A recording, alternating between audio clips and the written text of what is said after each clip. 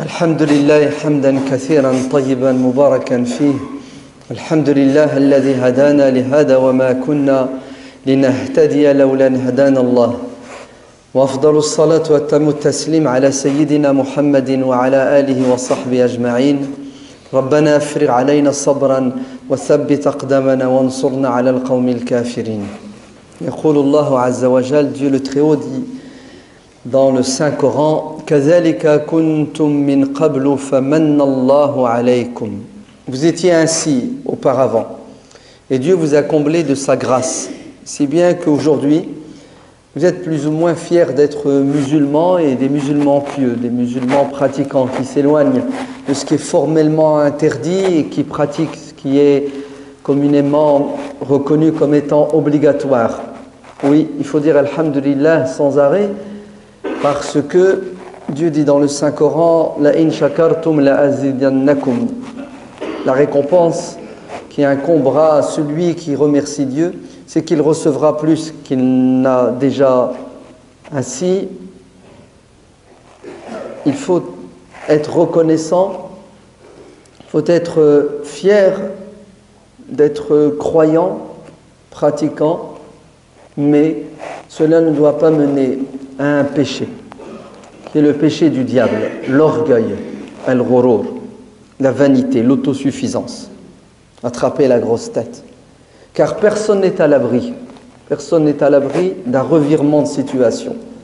Ceux qui se sont égarés et qui étaient croyants pensaient que l'égarement était une chose impensable, qui ne pourrait jamais les toucher.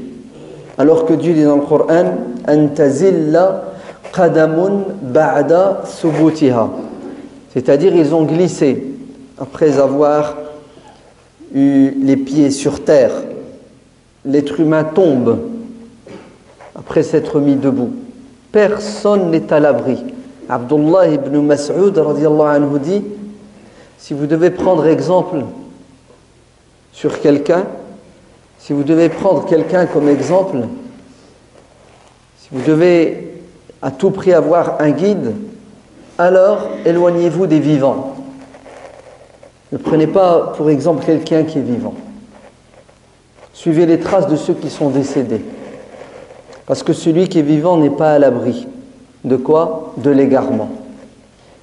Et c'est ce qui se passe effectivement. Beaucoup de gens pensent et croient que la vérité est personnalisée par des individus. Ainsi, ils prennent comme modèle et exemple des individus, et lorsque cet individu s'égare, ils sont déstabilisés. La vanité, l'orgueil, c'est ce qui a fait que Shaitan, a'latullahi alayh, a été maudit.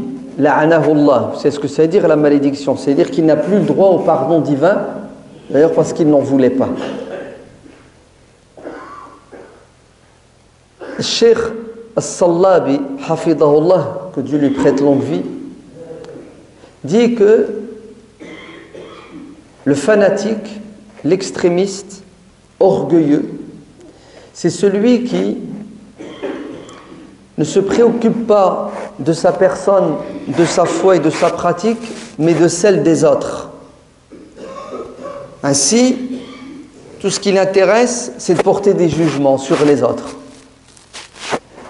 Le fanatique, l'extrémiste, l'orgueilleux, c'est celui qui ne cherche pas à mener les gens au paradis, mais c'est celui qui fait tout pour qu'ils aillent en enfer en les condamnant et en les éloignant de Dieu.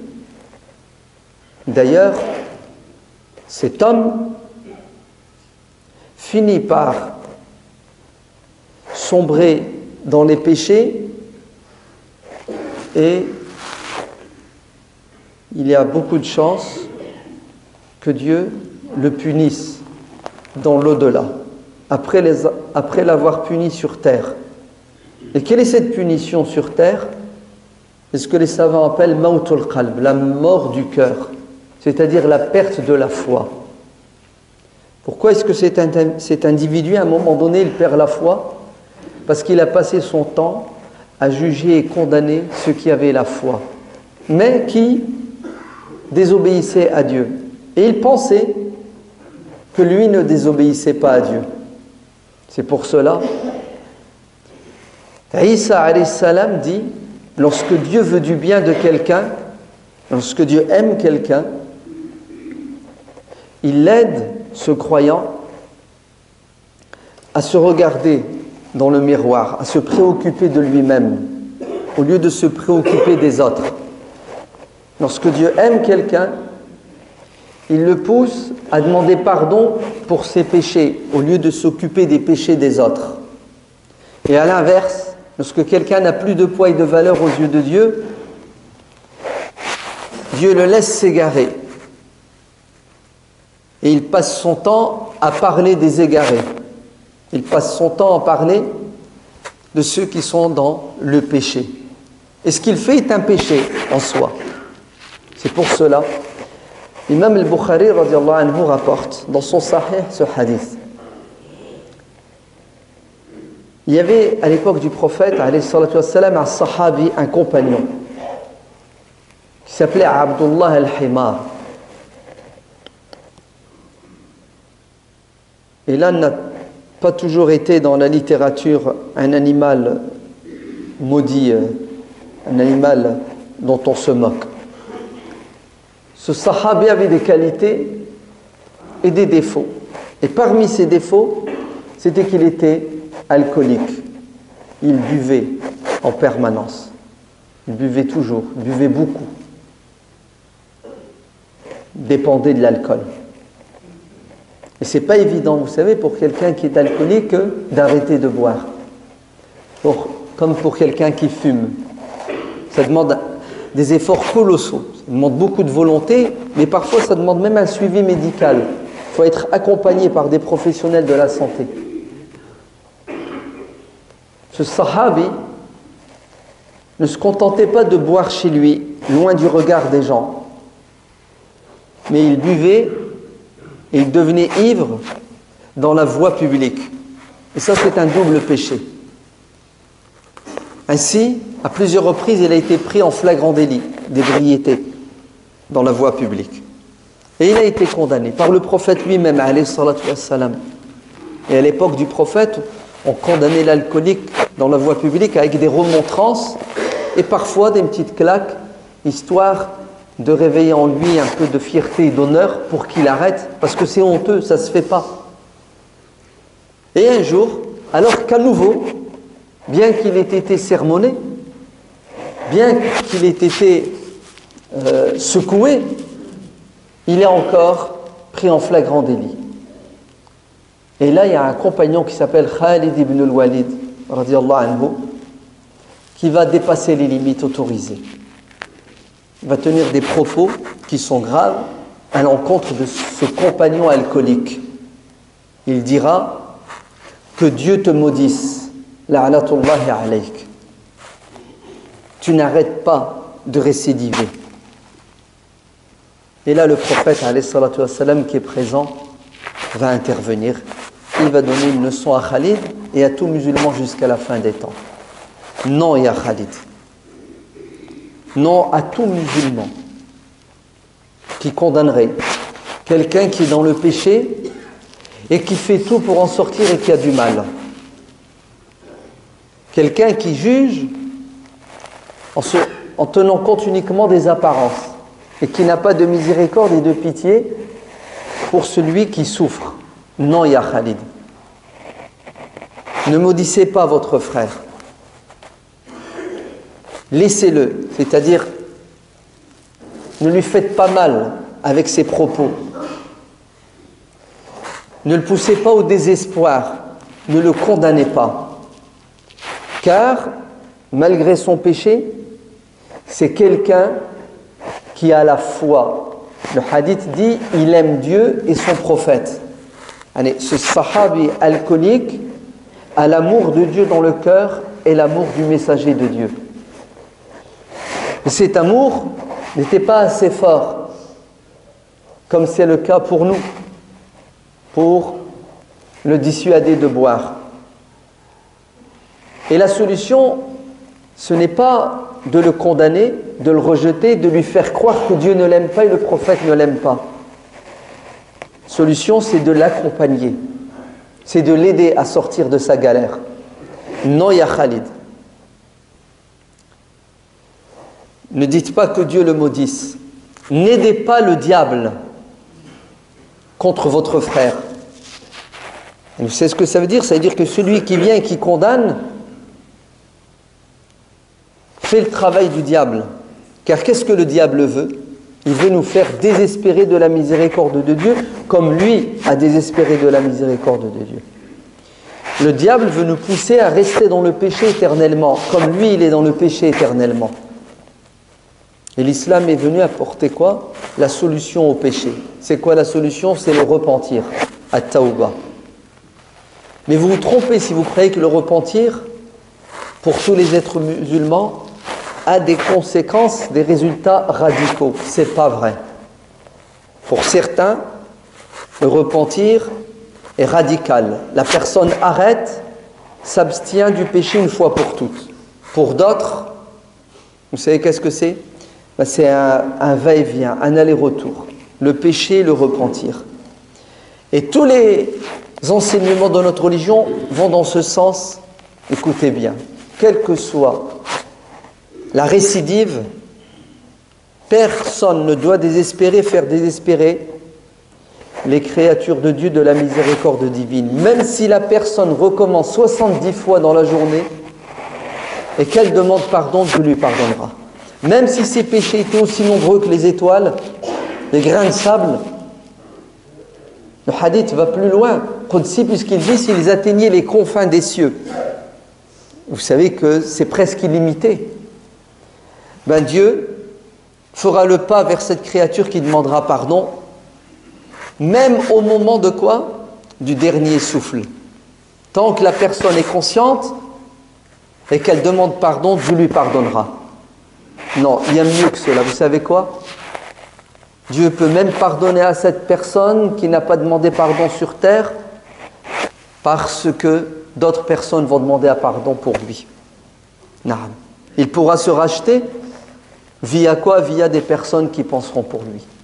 Ainsi, il ne faut pas maudire, il ne faut pas condamner. Abdullah al-Himar, parce qu'il était alcoolique. Parce que chacun ses faiblesses. Si lui, il avait cette faiblesse, quelles sont nos faiblesses à nous? Qui parmi nous ne commet pas de grands péchés? Qui parmi nous ne se trompe pas et recommence sans arrêt après avoir demandé pardon et s'être engagé qu'il n'allait plus recommencer? On trébuche tous les jours. Tous les jours, on glisse sur des pots de bananes. Mais le problème, c'est peut-être que notre cœur est devenu dur, si bien qu'on est insensible à nos fautes, à nos péchés, et on est préoccupé par les fautes et les erreurs des autres. Et ça, c'est l'égarement manifeste. Naam. Celui qui est dans le péché, la solution, comme dit Abu Dharr al-Ghifari, radiyallahu anhu, lorsqu'il a vu des gens condamner quelqu'un qui buvait, Abu Dharr a dit « N'aidez pas le diable contre votre frère. » Imaginez-vous que ce croyant est en train de se noyer. Qu'allez-vous faire? On va lui tendre une perche, disent-ils. Alors, sachez que votre frère est en train de se noyer dans la désobéissance, dans les péchés. Aidez-le à sortir de ce sable mouvant. Ne l'enfoncez pas. C'est-à-dire, ayez pitié de lui, ayez pitié de son cœur comme vous avez pitié de son corps. Quand il se noie, vous allez tout faire pourquoi? Pour le sauver de la noyade. Son cœur est malade. Faites tout pourquoi? Pour l'aider à guérir. Et comment aider quelqu'un à se soigner? Est-ce en le condamnant? Est-ce en retournant le couteau dans la plaie? En lui répétant sans arrêt que ce que tu fais c'est haram? Mais il le sait que c'est haram. Il le sait même peut-être avant que tu ne sois né. La solution, vous savez, c'est quoi? C'est d'être à ses côtés dans ses moments de faiblesse, de prier pour lui en son absence et de lui redonner l'espoir et de ne jamais le condamner. Naam. C'est comme ça qu'était notre prophète sallallahu alayhi wa sallam.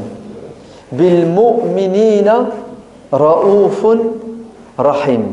Il était doux et miséricordieux avec les croyants. Les croyants obéissants comme Abu Bakr et Omar, c'est évident. Mais sachez qu'il était doux et miséricordieux, compatissant et proche de ceux qui désobéissaient à Dieu, qui commettaient les grands péchés. Parce qu'ils avaient beaucoup plus besoin de lui. Et les exemples sont nombreux dans sa sira. Peut-être que vous l'avez déjà entendu, ce hadith rapporté par l'imam Bukhari, de cet homme qui est venu le voir parce qu'il a commis un grand péché. Il a eu des relations sexuelles la journée pendant le mois de Ramadan. Vous vous rendez compte? Ça ne vous passe même pas par l'esprit de commettre ce péché la journée du Ramadan. Des relations sexuelles en plein mois de Ramadan, le jour. Est-ce que ce sahabi est tombé dans une dépression, s'est enfermé chez lui, il a dit « je suis maudit, c'est fini ». Il est allé voir le prophète, alayhi salatu wassalam, parce qu'il sait que le prophète ne va pas le condamner, ne va pas le rejeter. Il dit « ô messager de Dieu, j'ai fauté ». Et c'est ça l'homme, il est capable du pire et du meilleur. Est-ce que le prophète lui a dit « tu es un hypocrite, je ne peux rien pour toi, tu vas être condamné » Non. Le prophète sallallahu alayhi wa sallam lui a apporté les solutions. Tu vas jeûner 2 mois. Je ne peux pas, ô messager de Dieu. C'est trop dur, c'est trop compliqué. Même 1 mois, j'ai eu du mal à résister. Tu vas nourrir 60 pauvres. Plus pauvres que moi et ma famille, il n'y a pas à Médine. Tu vas libérer un esclave. Je n'ai pas les moyens. Subhanallah. Regardez comment cette religion est venue pour apporter des solutions à tous les problèmes. Le problème de la communauté musulmane aujourd'hui, vous savez c'est quoi? C'est une mauvaise compréhension de la religion. C'est ça le problème. Si on avait bien compris cette religion, tout irait bien. Regardez, cet homme, Allah dans le Coran nous donne les solutions: libérer un esclave, jeûner et nourrir 60 pauvres. Et il dit, je ne peux pas, je n'ai pas les moyens. Sachez que la solution, elle est là. Le prophète alayhi salatu wassalam lui dit, écoute, attends jusqu'à ce qu'on ait une solution à ton problème. Et la solution, elle va venir avec quelqu'un qui va offrir un plateau de dattes. Et le prophète alayhi salatu wassalam va dire à cet homme, tiens, prends ce plateau, il va le distribuer à ceux qui ont faim, à ceux qui sont dans le besoin. Prophète, je suis dans le besoin. Souriant, le prophète lui dit, alors rentre chez toi, mange ça avec ta femme et avec tes enfants. Et vous vous rendez compte, il a désobéi à Dieu. Il a commis un grand péché pendant le mois de Ramadan et il rentre chez lui avec le pardon et de la nourriture gratuite. C'est le top ou c'est pas le top? C'est merveilleux, c'est magnifique. Vous avez vu comment cet homme, grâce aux enseignements coraniques et prophétiques, n'a pas perdu espoir en la miséricorde de Dieu. Alors Allah barik fikoum, ne condamnez pas celui qui est dans les péchés, quels que soient les péchés, parce que Dieu peut le repêcher et nous on peut se noyer car on n'est pas à l'abri. Et généralement la règle c'est la suivante: celui qui se moque de quelqu'un qui a désobéi à Dieu, qui a un défaut, la punition, c'est laquelle si Dieu ne pardonne pas? C'est qu'un jour viendra où tu commettras le même péché, tu auras le même défaut.